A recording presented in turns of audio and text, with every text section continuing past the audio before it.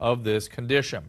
Here with me tonight to try to sort this all out, psychiatrist Dr. John Sharp, who is at the faculty at Harvard Medical School. He's also the author of the book, The Emotional Calendar.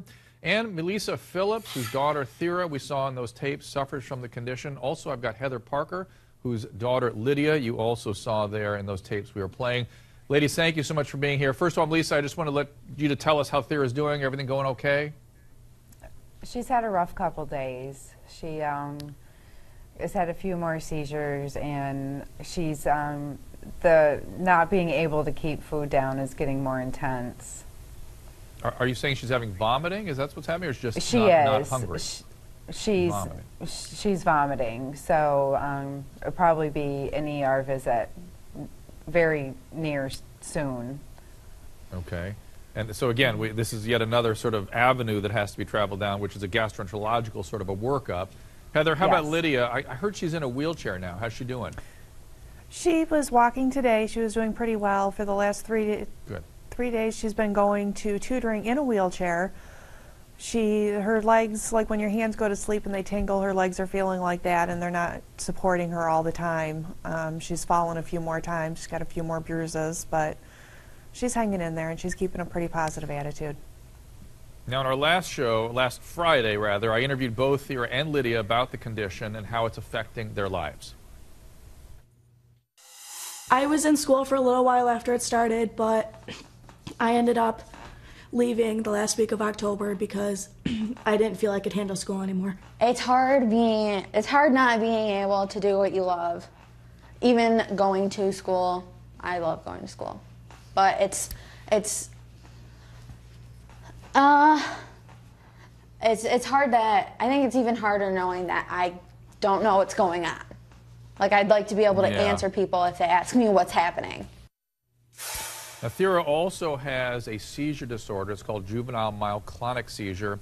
And because of the unexplained illness, she's manifesting other sorts of seizure activity. This has gotten worse. She even experienced one during that interview last Friday. Melissa, now there's another part of your story I just got wind of that I understand Thera had mononucleosis a few years ago and experienced tics on the heels of that illness as well. Is that correct? Yes, it is.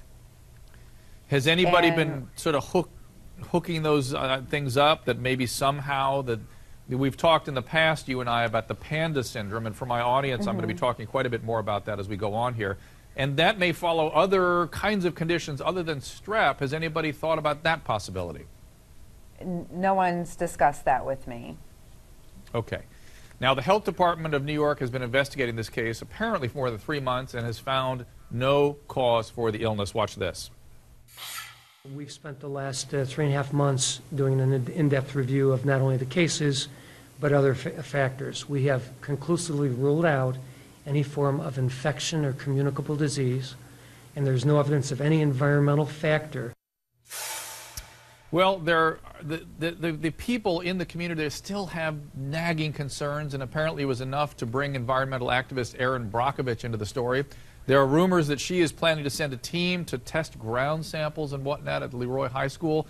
Heather, do you know anything about this? And I also understand there was some concerns about there having been some contamination of some of the concrete or something at the school. Is that part of the story here? I had just heard about that today, as a matter of fact. I don't know much about it at all. I'm all up for any testing that anybody wants to do. I just want an answer on how to make my daughter better. And Melissa, you and I have talked about that same thing. You just want to make sure that you're not leaving any stone uncovered. Correct. Dr. Sharp, who's with us as well, I'm going to talk to him for a second here. And Dr. Sharp, you and I have been conversing about this all week since we did that interview last Friday. And kind of give me your sort of, we're going to also talk after the commercial break to the team that is treating these girls now, or at least some of these girls now, and talk to a physician that's heading on up there who believes that he may have an explanation. Before we launch into that, Dr. Sharp, can you give us sort of your sort of take on what you think is going on here? Absolutely. you know, what we want to do is to put together support for the best treatment possible for the girls. And everyone knows that I'm a psychiatrist. I'm not some guy, though, that works off in an asylum, you know, taking care of people who only have, like, mental problems. I work with doctors who are internists and neurologists and surgeons. I work in hospitals and clinics.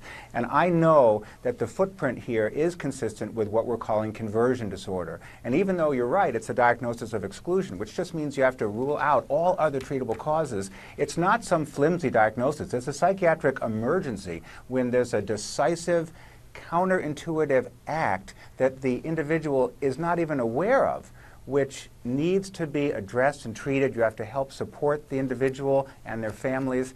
I think if we can get the girls into the right kind of routine, which they've developed a start with Dr. Meckler, I think with a little bit more support and focus, we have a real avenue of hope. That's where I see the benefit and the therapeutic treatment resting.